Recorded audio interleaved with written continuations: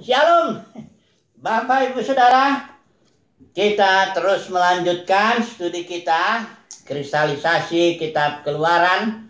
Dan kemarin kita sudah membahas mengenai Tuhan membuat nama bagi dirinya. Kalau kita lihat itu sebenarnya yang pasal pengutusan Musa, yang banyak judul-judul terjemahan Alkitab itu memakai judul pengutusan Musa. Tapi saya melihat bahwa disitulah Tuhan, benar Tuhan mengutus Musa, tapi sebenarnya dia mau membuat nama bagi dirinya. Karena sebelumnya Tuhan dikenal, tampil katakanlah begitu ya, dengan nama Elohim ketika Nuh, dan juga El Shaddai ketika Abraham, Ishak, Yakub itu. Nanti kita singgung lagi sedikit itu. Dan dia belum menyatakan dirinya dengan nama Yahweh. Nah, pengertian kita, nama itu bukan nama pribadi seperti saya punya nama pribadi, manusia punya nama pribadi ya. Memang kalau Tuhan menjadi manusia, firman menjadi manusia, dia punya nama pribadi, yaitu Yesus ya. Tapi ketika Musa bertanya tentang nama Tuhan, kita sudah bahas itu ya. Yang Musa tanya itu, Shem istilah Ibrani itu bukan nama dalam pengertian saya bertanya kepada seseorang siapa namamu. Tapi nama yang ditanya oleh Musa ini mengungkapkan karakteristik, reputasinya ya, kemuliaannya, otoritasnya dan semuanya itu. Itu yang ditanya oleh Musa. Dan dijawab oleh Tuhan, Ehye, Asher, Ehye. Ehye istilah Ibrani itu exist, to exist. Suatu, jadi I am that I am itu artinya aku hadir, aku ada, aku aktif, aku berkarya terus sebagaimana aku ada, sebagaimana aku hadir. Ini bukan nama, tapi suatu karakteristik ya, keunikan daripada Tuhan itu ya. Dan kita sudah bahas juga ya bahwa di pasal 6 Keluaran itu bahwa nama Tuhan dia sudah menyatakan diri kepada Abraham, Ishak, Yakub dengan El Shaddai, tapi dengan namaku Yahweh aku belum menyatakan diri ya. Nah, sekarang kita masuk kepada suatu tema yang baru.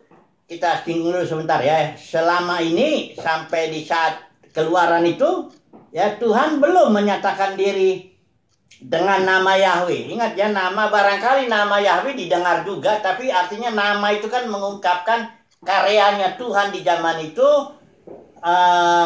reputasinya, karakteristiknya, seperti begitu ya. Nah, itu belum dinyatakan oleh Tuhan ya. Keluaran pasal 6 kita sudah bahas itu. Jadi yang dikenal atau nama Tuhan, nama turun-temurun ya, karena Israel ini kan terkait leluhurnya itu kan Abraham, Ishak, Yakub ya. Jadi sebenarnya nggak bisa dilepaskan juga perjanjian dengan yang leluhurnya itu. Karena sebenarnya Tuhan pun mau membebaskan Israel karena dia ingat perjanjiannya kepada Abraham, Ishak, Yakub. Jadi Elohim Abraham itu adalah Elohim yang El Shaddai yang memilih, kalau kepada Ishak yang memberikan waris, dan kepada Yakub yang mendisiplin ya. Itu adalah karakteristik, kemuliaan, reputasi, karya Tuhan di situ ya. Baru itu yang dikenal. Kemudian ketika dia mau mengutus Musa, Tuhan mau lagi berkarya di dalam Israel itu sebagai Yahweh, Tuhan perang. Kalau kita bisa lihat Keluaran pasal 15 itu, Yahweh yang adalah Tuhan perang ya. Kenapa demikian ya? Karena dia mau memberikan tanah perjanjian, ada 7 bangsa di sana ya. Dan sebenarnya dimulai dari Mesir, Tuhan sudah berperang ya. Ketika Firaun itu ngejar Israel itu dengan 600 kereta itu, Tuhan belah laut Teberau, Tuhan berperang di sana. Kemudian di padang gurun dengan Amalek, Tuhan juga berperang di sana, dan juga nanti di tanah perjanjian. Jadi ketika Tuhan mengutus Musa, dia sebenarnya mau membuat suatu nama bagi dirinya, yaitu nama Yahweh, Tuhan perang, dengan dia berkarya melalui Israel. Ya, dan dia ingin namanya dimasyurkan ya ke seluruh bumi. Itu sebabnya dia bikin mujizat-mujizat dengan Firaun juga, dibiarkan Firaun, dikeraskan hatinya Firaun agar banyak mujizatnya makin banyak dan nama Tuhan semakin akan dimasyhurkan. Ya. Jadi pengertian nama kita sudah tahu ya, bukan nama pribadi seperti saya, tapi nama itu mengungkapkan suatu reputasi, karya, karakteristik, kemuliaan, otoritas dan sebagainya itu. Oke. Sekarang kita masuk kepada satu tema yang kita menyebutnya, tema ini tema apa ini ya? Keluar dia sudah yang ke-13, kita ambil tema memuliakan namanya. Ya, ini pengertiannya jangan memuliakan namanya, nanti kita melihat ya, atau menyeru juga ya. Menyeru, memuliakan, mengakui nama Tuhan. Ya, ini yang akan kita bahas. Kita akan bahas yang pertama nanti, apa artinya di sini menyeru? Karena di sini ada kita batasi ya kitab Keluaran saja. Walaupun nanti kita tentu minta bantuan juga dari beberapa bagian firman Tuhan di luar kitab Keluaran. Tapi kita akan membahas pemahaman memuliakan namanya itu, kita batasi aja dulu di kitab Keluaran. Di sini di kitab Keluaran ada istilah menyeru nama Tuhan yang perlu kita bahas ini. Ya, terkait dengan doa Musa ini nanti di Keluaran pasal 33. Tapi untuk kita membantu pengertian kita perlu juga melihat kasus Nimrod, di mana dia bangun kerajaan yang Babel itu namanya, dan dia mencari nama di sana. Ya, ini artinya apa ini ya, mencari nama dia, nanti kita akan melihat. Karena kita akan kaitkan juga nanti di kitab Wahyu itu, untuk para pemenang akan mendapat nama yang baru, ya. Ada di situ nama yang Yesus juga punya nama yang tidak diketahui siapapun juga. Jadi nama ini kembali ya, bukan nama pribadi ya, tapi suatu reputasi, suatu karakter, suatu kemuliaan dan sebagainya. Mari kita masuk dulu ya. Yang pertama ini soal menyeru nama Tuhan. Keluaran pasal 33 kita baca ya, saya pakai LAI ini. Keluaran pasal 33 ayat 19. Saya baca dulu. Di sini dikatakan, tetapi firman-Nya, ini sebenarnya pergumulan Musa, doa Musa lah, katakan seperti itu ya. Ketika itu anak lembu emas kasusnya, dan Tuhan bilang, aku tidak akan ada di tengah-tengah kalian karena engkau bangsa yang tegar tengkuk, dan aku tetap tapi mengutus malaikatku untuk membawa engkau ke tanah perjanjian. Itu sebabnya kemahnya itu tadinya kemah itu sebagai simbol kehadiran Tuhan di tengah Israel, tapi kemahnya sekarang di luar perkemahan. Ya, yang disebut kemah pertemuan itu. Jadi di sini Musa mencoba bersyafaat lah, katakan begitu ya, supaya Tuhan menyertai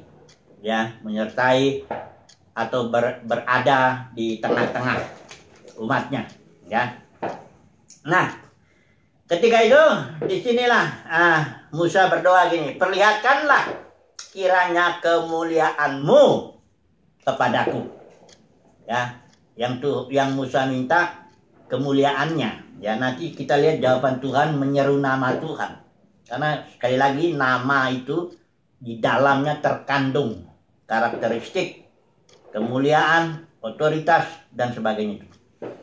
Di sini Musa bilang, tetapi jawabnya, perlihatkanlah kiranya kemuliaanmu kepadaku, kata Musa. Ayat 19, tetapi firman-Nya, aku akan melewatkan segenap kegemilanganku dari depanmu, dan ini dia, menyerukan nama Tuhan di depanmu.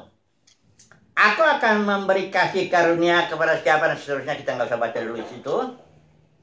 Kemudian kita sambung di pasal 34 ayat 6. Inilah dia yang dibilang kemuliaan Tuhan itu dinyatakan ya, dengan cara menyeru nama Tuhan. Nah, karena Tuhan janji, aku akan melewatkan segenap kegemilanganku dan menyerukan nama Ya, nama Tuhan. Kemudian ayat 6 pasal 34, disinilah Tuhan menyerukan namanya. Berjalanlah Tuhan lewat dari depannya, dari depan Musa, dan berseru. Menyerukan namanya itu. Di sini namanya bukan nama pribadi ya. Kalau nanti dia berseru namanya Yahweh, Yahweh, Yahweh. Tidak begitu. Bukan nama pribadi. Berserulah Tuhan di sini. Tuhan, Tuhan. Ini kalau lebih bagus pakai istilah ini aja ya, kali YLT ya. Ini ada yang coba dulu. Keluaran 34 ayat 6. Ya, Keluaran 34 ayat 6. Barangkali lebih bagus kita pakai ini supaya kelihatan dia nama Yahweh-nya.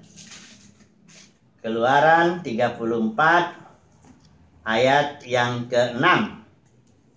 Ya. Nah, di sini ya, dan lewatlah Yahweh di depannya dan berseru, Yahweh, Yahweh, Elohim yang berbelas kasihan.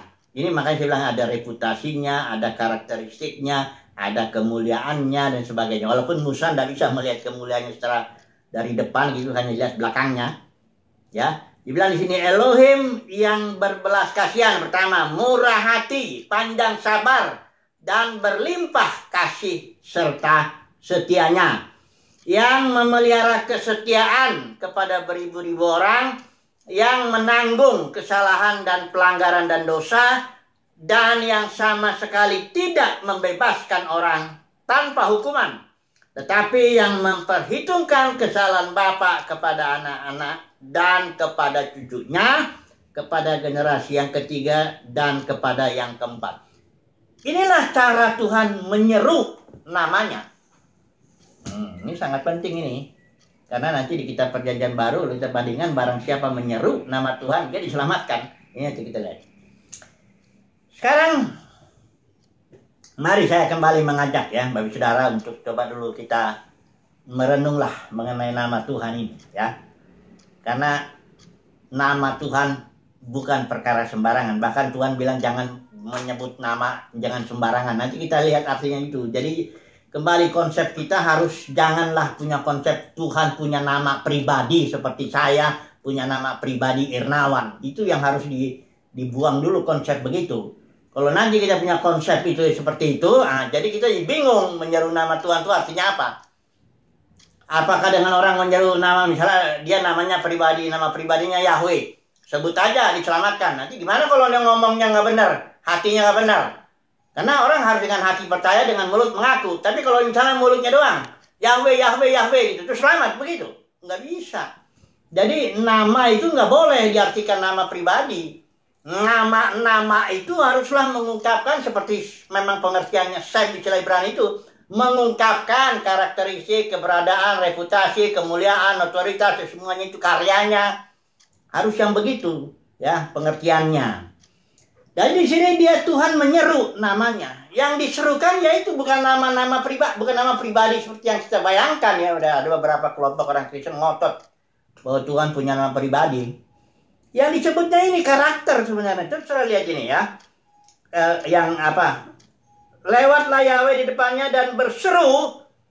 Yang diserukan ini Elohim berbelas kasihan, murah hati, panjang sabar, berlimpah kasih setia. Ini caranya menyeru nama Tuhan itu ya. Memelihara kesetiaan dan sebagainya. Ini kan bukan nama pribadi, itu karakteristik karyanya, keunikannya, kemuliaannya, otoritasnya dan sebagainya. Itulah dia menyeru nama Tuhan. Ya.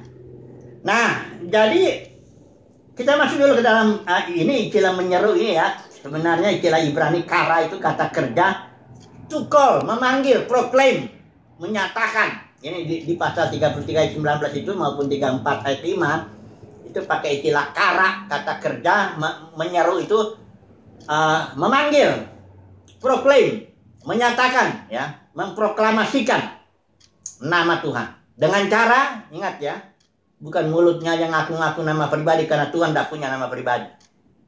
Jadi dengan cara mengungkapkan atau menyatakan, memproklamasikan kasihnya, kemuliaannya, kesetiaannya, apa semuanya tadi itu, karakteristik karyanya dan sebagainya. Ya, oke.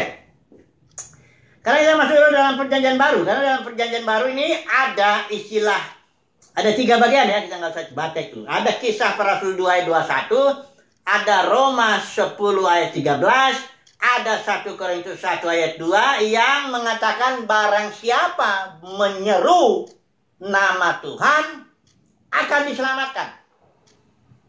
Ya. Menyeru ini istilahnya di situ dalam 3 bagian firman Tuhan tadi itu, istilah Yunaninya epikaleo, kata kerja. Kaleo itu memanggil, seperti ada dalam istilah eklesia, ek dan kaleo. Ek itu keluar, kaleo memanggil. Jadi kalau ini juga epikaleo, itu artinya kaleo memanggil. Dan epi itu istilahnya dimensi yang lebih tinggi. Jadi bukan asal ngomong-ngomong nama Tuhan, enggak. Ini ada epinya. Kayak misalnya dalam Ibrani pasal 10 ayat 25. Di situ jangan kamu meninggalkan pertemuan ibadah. Banyak orang nggak ngerti istilah pertemuan di situ epi sinagoge. Sinagoge itu artinya sinagog, itu tempat perkumpulan, berkumpul. Tapi berkumpul harus dalam epi, dalam dimensi yang lebih tinggi.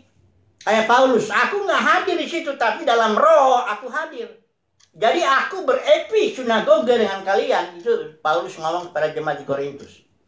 Jadi yang tidak boleh ditinggalkan oleh orang Kristen adalah dia harus tetap hidup dalam roh agar berepi sinagoge dengan anggota-anggota tubuh Kristus yang lainnya. Bukan dengan cara berkumpul secara jasmani. Kalau misalnya kita berkumpul sama ratusan orang, ribuan orang, tapi tidak berepi sinagoge, itu berarti nggak menggenapi Ibrani pasal 10 ayat 25. Ini banyak pengajar nih mencomot ayat, dan ayat itu dia pakai untuk mengajak umat Tuhan, ayo kumpul di sini, di gedung ini. Ingat Ibrani 10 ayat 25, kata padahal dia sedang berbuat salah. Fatal sekali. Nggak ada Tuhan bilang suruh kumpul secara jasmani begitu di satu gedung tertentu. Malah ibadah orang Kristen itu jangan di gedung ini, gedung itu, gunung ini, gunung itu. Bukan, ibadah dalam roh. Artinya kita ada di alam di alam yang lebih tinggi, dimensi yang lebih tinggi. Kita semua hidup di dalamnya dan kita berkumpul.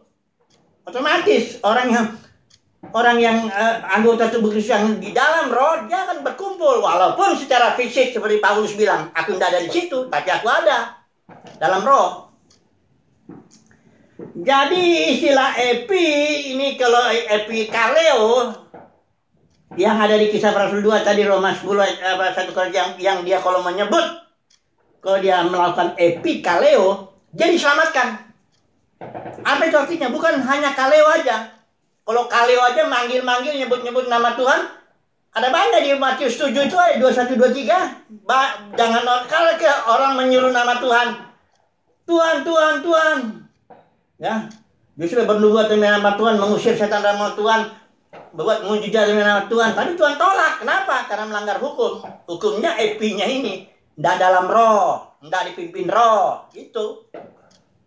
Jadi ingat, hati-hati ya. Yang menyeru nama Tuhan itu artinya epikaleo, menyerunya di dalam dimensi yang lebih tinggi, dimensi alam roh, barulah dia diselamatkan. Ya, barang siapa menyeru nama Tuhan diselamatkan. Dan nama itu ndaklah dia yang sebutnya nama pribadi, enggak. Tapi nama dalam pengertian itu yang tadi yang ayat 33 itu Pak, Keluaran itu, cara Tuhan. Saudara lihat deh contohnya cara Tuhan menyebut namanya. Ini dia di pasal 34 yang kita lihat. Saya ulangi lagi lah ya. Ini adalah cara Tuhan menyebut atau menyeru namanya.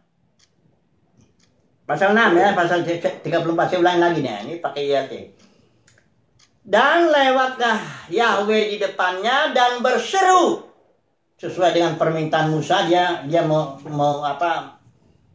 melihat kemuliaan Tuhan, dia berserunya ini dia. Elohim, Yahweh, Elohim yang berbelas kasihan, murah hati, panjang sabar, berlimpah kasih setia, melihara kesetiaan dan sebagainya. Begitulah caranya. Menyeru nama Tuhan itu artinya dengan hati percaya, dengan mulut mengaku. mengaku seluruh karya Tuhan, seluruh kemuliaan Tuhan, reputasi Tuhan, apa semuanya kita tenggelam di dalam itu. Jadi bukan hanya menyeru lidahnya doang yang ngomong. Karena ini bukan memanggil, tapi epikaleo. Memanggil dalam dimensi yang lebih tinggi. Artinya dalam seluruh hidup kita, kita mengakui nama Tuhan, mengakui karyanya dalam hidup kita, mengakui kemuliaannya. Kita nggak cari nama bagi diri. Nanti saya masuk kepada Nimrod ini yang cari nama. Tapi itu dulu pengertiannya, tangkap dulu itu ya. Mudah-mudahan nangkap itu ya. Menyeru nama Tuhan atau memanggil nama Tuhan dalam istilah epikaleo adalah dalam dimensi yang lebih tinggi, ya. Berkumpul juga gitu. Ibadah itu berkumpul, itu memuji menyembah Tuhan, itu pun harus dalam sinagoge ya. Bukan sinagogenya doang. Oke. Saya mesti sedikit singgung dulu. Ada satu gerakan lah ya dari China ini yang terkait dengan menyeru nama Tuhan. Karena saya bilang ini bagus juga ya. Ya walaupun harusnya jangan menyeru aja mulutnya aja, tapi harusnya dari dalam hati. Tapi ini ada satu gerakan yang namanya the shooters ya, atau penyeru ya. Karena mereka kalau berkumpul memuji nama Tuhan, beribadah gitu, mereka beribadah empat gitu, round table, ini istilah kita dulu.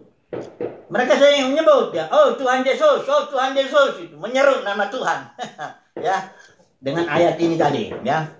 Walaupun itu tidak ya artinya kalau ada orang menyeru asal mulutnya aja keluar ya nggak ada artinya.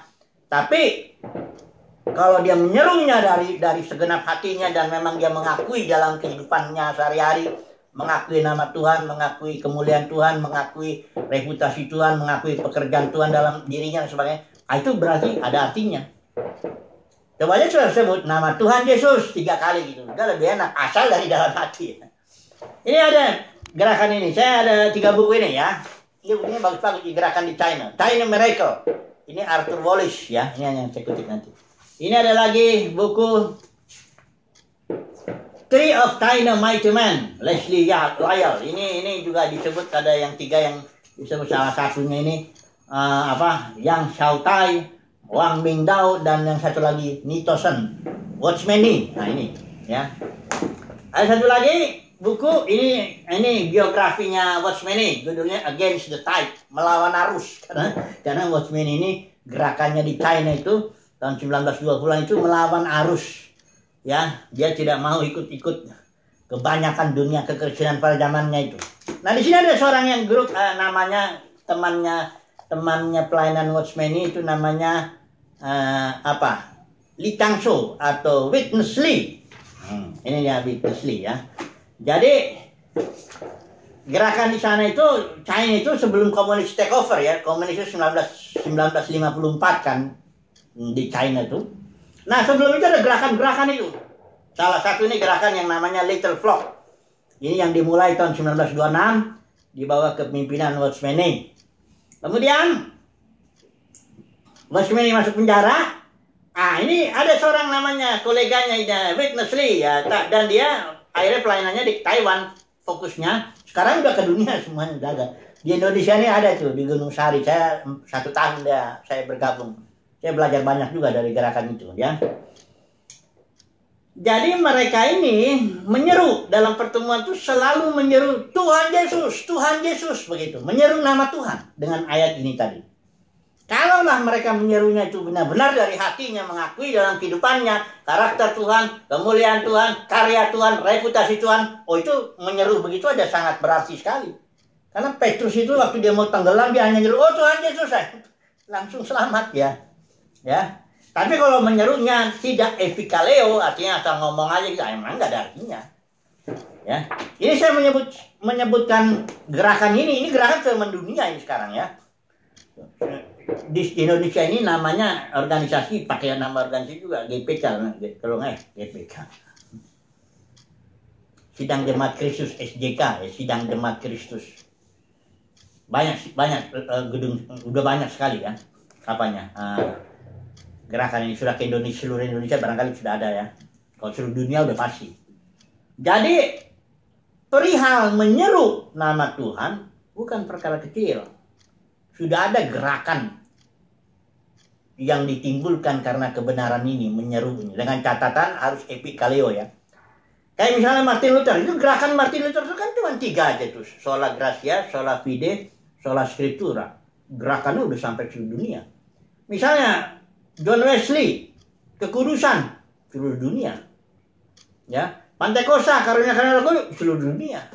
Jadi ada satu kebenaran, ini pun kebenaran ini. Menyeru nama Tuhan, asal benar pengertiannya. Ya. Dengan catatan benar pengertiannya epikaleo, memanggil nama Tuhan dalam dimensi yang lebih tinggi, dalam arti mengakui karya Tuhan dalam hidup kita, mengakui reputasi Tuhan, mengakui kemuliaan Tuhan sebenarnya, dan tidak membuat nama. Nah ini sekarang kita masuk ya, poin yang ke berikut. Nimrod yang harus singgung, nggak usah panjang-panjang lah, pendeknya. Ini di kitab Kejadian sih, ini saya menyebut nama ini mengangkat kasus ini supaya lebih paham kita ya. Karena kalau mau memahami sesuatu, coba deh cari lawannya nanti supaya ini lebih jelas ya. Di sini Nimrod ya, kita sudah bahas itu di kitab Kejadian itu, dia membangun kerajaan sendiri. Dan dikatakan tujuannya salah satu supaya cari nama. Baiklah kita cari nama. Ini ya, Kejadian 11 ya. Dikatakan di sini, mari kita bangun sebuah kota ya, menara puncak sampai ke langit. Marilah kita cari nama. Apa ini artinya cari nama? Ingat ya, nama itu ekspresi daripada karya kita, reputasi, kemuliaan, otoritas, dan sebagainya. Jadi orang yang cari nama bagi dirinya, itu berarti dia dia berjuang, dia berkarya untuk dirinya, untuk namanya. Bukan dia menyeru nama Tuhan dalam arti dia memuliakan nama Tuhan, masuk dalam karyanya, mengakui karyanya, kemuliaannya, otoritas Tuhan. Enggak. Ini Nimrod ini cari nama diri sendiri. Nah, aplikasinya dalam bahasa Kristen apa? Ini dia, pemimpin denominasi itu cari nama bagi diri sendiri. Kenapa saya bilang begitu? Karena Alkitab bilang dalam Efesus itu, Rasul Nabi pengajar itu tidak boleh menarik murid, hanya memperlengkapi umat Tuhan, agar umat Tuhan pada gilirannya membangun tubuh Kristus. Kalau dalam kisah Rasul 20 itu ada para pemimpin narik murid kepada dirinya, itulah dia cari nama bagi dirinya. Dia ingin mengangkat dirinya, merasa dia berotoritas, merasa saya dipilih Tuhan untuk mengatur kalian semua, saya punya otoritas, saya punya kemuliaan dan sebagainya, punya karya. Itu mengangkat dirinya, itulah yang cari nama. Ya kayak Nimrod. Itu sebabnya gereja di Wahyu pasal 17 itu Babel. Kenapa? Karena ada roh Nimrodnya di situ. Para pemimpin denominasi itu ngangkat dirinya, ya, saya dipilih Tuhan di sini menjadi pemimpin, ya. Sementara Yesus bilang jangan seorang pun di antara kamu sebut pemimpin. Aku pemimpin. Aku tidak pernah mendelegasikan otoritasku atas gerejaku. Tuhan Yesus bilang aku membangun gerejaku. Akulah yang berotoritas melalui Roh Kudus. Tuhan Yesus berotoritas. Tidak ada orang di situ. Jangan bilang saya ini diangkat dan mengalir semua Roh Kudus melalui saya. Manalah mungkin. Kenal aja enggak sama orang-orang itu, jemaat itu. Hati-hati ya. Tapi itu biarkan. Orang yang mau cari nama, dia tidak memuliakan nama Tuhan itu. Enggak menyeru nama Tuhan. Ya. Tapi dia mengangkat namanya sendiri. Reputasinya, kemuliaannya, otoritasnya, karakteristiknya dia itu semuanya. Tampillah dia. Ya. Jadi bagaimana caranya supaya kita jangan berbuat begitu? Ya dalam dunia kekristenan itu udah biasa. Orang-orang semuanya para pemimpin itu menarik murid kepada dirinya, narik duitnya juga. Perpuluhan, buat sulung, macam-macam tarik itu. Perampok itu sebenarnya. Udah narik jiwa, rampok dari Tuhan Yesus. Padahal Yesus lah gembala sidang itu. Dia tariknya untuk dirinya, diangkat dirinya. Kemudian dia tarik lagi uangnya. Double merampok itu. Setelah itu dia bikin nama biasanya, untuk dia bikin nama juga ya, secara jasmani dia bikin namanya. Ini istrinya entah apapun ya. Bagaimana caranya supaya kita jangan meninggikan nama kita? Caranya begini, jangan tarik, jangan melawan apa yang kemuliaan Tuhan, aturan Tuhan, karakteristik Tuhan, karya Tuhan. Jangan kita lawan. Aturan main Tuhan jangan dilawan. Masuklah ke dalamnya dan ikutlah. Sebagai misalnya, sebagai rasul yang perlengkapi aja umat Tuhan. Jangan tarik. Jangan tarik apalagi uangnya. Jangan. Perlengkapi aja sebagaimana rasul-rasul semuanya memperlengkapi umat pilihan Tuhan. Ya, begitu caranya. Barulah kita mengangkat, meninggikan nama Tuhan, memuliakan nama Tuhan kita. Tapi kalau kita menarik murid kepada diri kita, membangun kerajaan sendiri, itulah dia, mencari nama. Tapi ini udahlah, ini sebenarnya anugerah Tuhan lah, ini orang pilihan Tuhan. Tapi kalau saudara saya dipilih Tuhan, kita nggak akan cari nama bagi diri kita. Kita masuk ke dalam kemuliaan Tuhan, nama Tuhan, menyeru nama Tuhan, meninggikan nama Tuhan. Haleluya, amin.